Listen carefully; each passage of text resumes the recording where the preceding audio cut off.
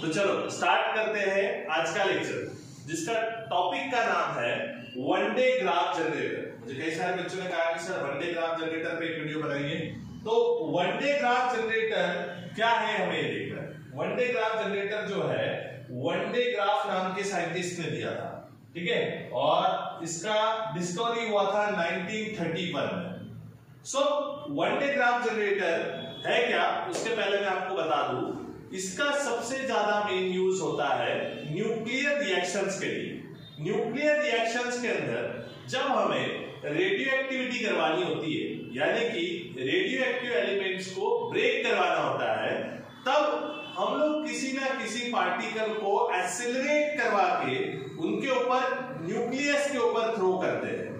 तो उसे एक्सेलरेट कराने के लिए हम लोग जनरली वनडे ग्राफ जनरेटर का यूज करते हैं।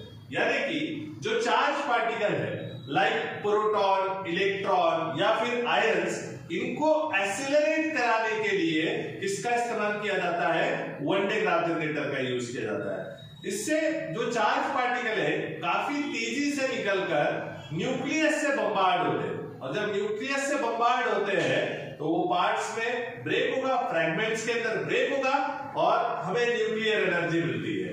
तो अब वनडे ग्राफ जनरेटर से कैसे चार्ज पार्टिकल को एक्सेलरेट कराते हैं हमें वो देखना है।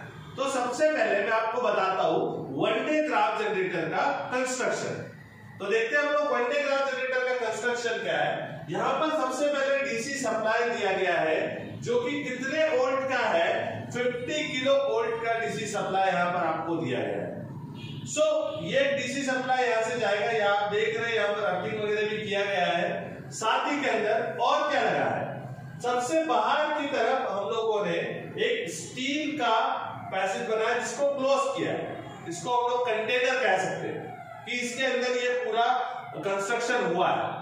इसके बाद यहाँ पर कुछ गैसेस भरी हुई है ताकि ये बाहर की तरफ आपका चार्ज डिस्चार्ज ना हो सके। जो चार्ज हम लोग एक्सेलरेट करवाने वाले हैं, जो प्रोड्यूस करने वाले हैं, उसका डिस्चार्ज ना होने के कारण यहाँ पर ये जो स्टील का डोम बना हुआ है, डोम टाइप बना हुआ है, इसमें हम लोगों ने क्या भर दिए, कुछ गैसेस भर दी है। उसके बाद यहां पर लगे हुए हैं दो कॉम, इन्हें हम लोग जनरली कॉम कहते हैं, ए और सी, ठीक है। A and C is a कॉम। कॉम इसलिए यूज किए जाते हैं क्योंकि इनके पास में शार्प एजेस होते हैं, और हमें इलेक्ट्रोस्टैटिक के थ्रू पता है कि जो शार्प एजेस होते हैं वहां पर चार्ज ज्यादा कॉन्सेंट्रेट करता है। इसके साथ ही साथ यहां पर आगे के सिस्टम में लगी हुई है दो पुलीज, ये पुली P1 है, ये पुली P2 है, और इसके ऊपर घूम रहा है एक बेल्ट। अब ये कैसे घूमेगा मैं आपको वर्किंग में बताता हूं। उसके बाद यहां पर लगी हुई है डिस्चार्ज ट्यूब। डिस्चार्ज ट्यूब में लगा हुआ है आपका एक electrode, this I is called as electrode, और यहां लगा हुआ एक मेटेलिक डोम जिसके ऊपर हम लोग चार्ज को कलेक्ट करने वाले हैं। और यहाँ इलेक्ट्रोड के कहीं यहाँ पर इस स्पेस के अंदर यहाँ पर हम लोग रखते हैं चार्ज, जिसे हमें एक्सेलरेट कराना है। और ये ट्यूब जहां खत्म होती है यहाँ पर रखा जाता है टारगेट। यहाँ पर मैंने आपको जो चार्ज है वो नहीं बताया जिसको एक्सेलरेट कर रहे हैं, वो चार्ज यहाँ शो नहीं किया गया है। दूसरी बात, टारगेट यहाँ कहीं होगा, टारगेट भी हमने शो नहीं किया, डायग्राम में शो नहीं किया गया टेक्स्ट बुक में। सो ये था कंस्ट्रक्शन की कौन कौन सी चीजें वनडे ग्राफ जनरेटर में होती है। अब देखिए वनडे ग्राफ जनरेटर का वर्किंग कैसा है। अगर हम यहाँ देखें तो यहाँ पर सबसे पहले एक कॉम लगी हुई है, ठीक है। यहाँ पर हमें चार्ज को क्या करवाना है, कॉन्सेंट्रेट करवाना है। तो हम लोगों ने जो सप्लाई दिया 50 किलो वोल्ट का डीसी सप्लाई दिया, यहाँ से हम लोग पॉजिटिव चार्ज को ट्रांसफर करेंगे। तो ये जो सारा पॉजिटिव चार्ज है ये आकर कहाँ कलेक्ट होगा, ये जो ए वाला कॉम है इसके जो टिप है, ठीक है, उसके ऊपर पॉजिटिव चार्ज कलेक्ट होगा। फिर इस पुली P1 के पीछे लगी हुई है एक मोटर, उस मोटर को हम लोग स्टार्ट कर देंगे। जैसे ही मोटर को स्टार्ट करेंगे तो पुली घूमने लगेगा, और जब पुली घूमने लगेगा तो उससे कनेक्टेड है बेल्ट, तो बेल्ट कहां जाने लगेगा, ऊपर की तरफ जाने लगेगा। अब हमें पता है कि जो ए वाला कॉम है इसके ऊपर पॉजिटिव चार्जेस है, तो ये जो है इसको हम लोग स्प्रे कॉम भी कहते हैं। ये क्या करेगा, अपने चार्जेस को बेल्ट के ऊपर स्प्रे करेगा। जैसे ही बेल्ट के पास चार्ज मिलेगा तो आप ये देख रहे हैं बेल्ट उन चार्जेस को कहां लेकर जा रहा है, ऊपर की तरफ लेकर जा रहा है। मतलब यहां से आपने चार्ज प्रोड्यूस करा, ये वाले कॉम ने उसको क्या करा, बेल्ट के ऊपर स्प्रे कर दिया। अब बेल्ट की सरफेस पर पॉजिटिव चार्ज है, बेल्ट उसे लेकर जा रहा है ऊपर की तरफ।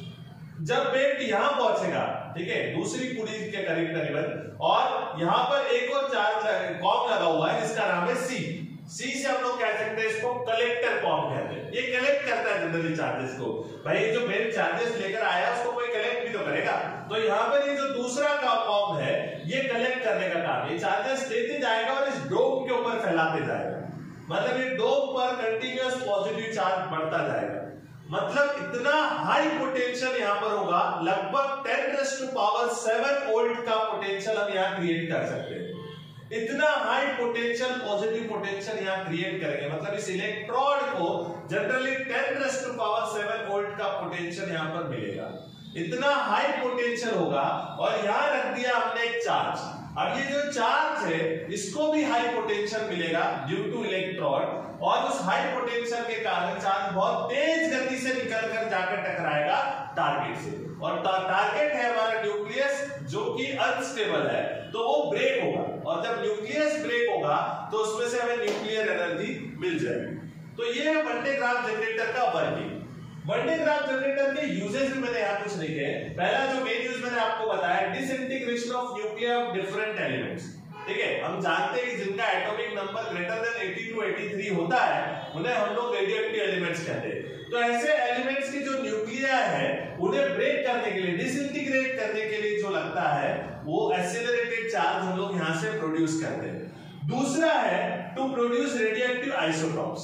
जो रेडियोएक्टिव आइसोटॉप्स बनाने हैं, जब न्यूक्लियर टूटेगा तो रेडियोएक्टिव आइसोटॉप्स बनेंगे, तो वहां पर इसका इस्तेमाल किया जाता है। न्यूक्लियर स्ट्रक्चर की स्टडी करने के लिए हम लोग इसका इस्तेमाल करते हैं। To study different types of nuclear reaction, अलग अलग न्यूक्लियर रिएक्शंस करवाने के लिए इस्तेमाल करते हैं। और लास्ट वाला जो सबसे खास है, accelerating electrons to sterilize food. मतलब जो फूड में आपके बैक्टीरियाज वगैरह होते हैं उनको हटाने के लिए इलेक्ट्रॉन को ये एक्सीलरेट करता है। तो इसका मेन यूज जो है न्यूक्लियर फिजिक्स में किया जाता है, जहां में चार्ज को एक्सेलरेट करवाना है। तो बेटा ये वन डे ग्राफ जनरेटर जो है बोर्ड के एग्जाम्स के हिसाब से इसका थ्योरी बहुत इंपॉर्टेंट है, इस पर शॉर्ट नोट आपको जरूर आ सकता है। ठीक है, थैंक यू।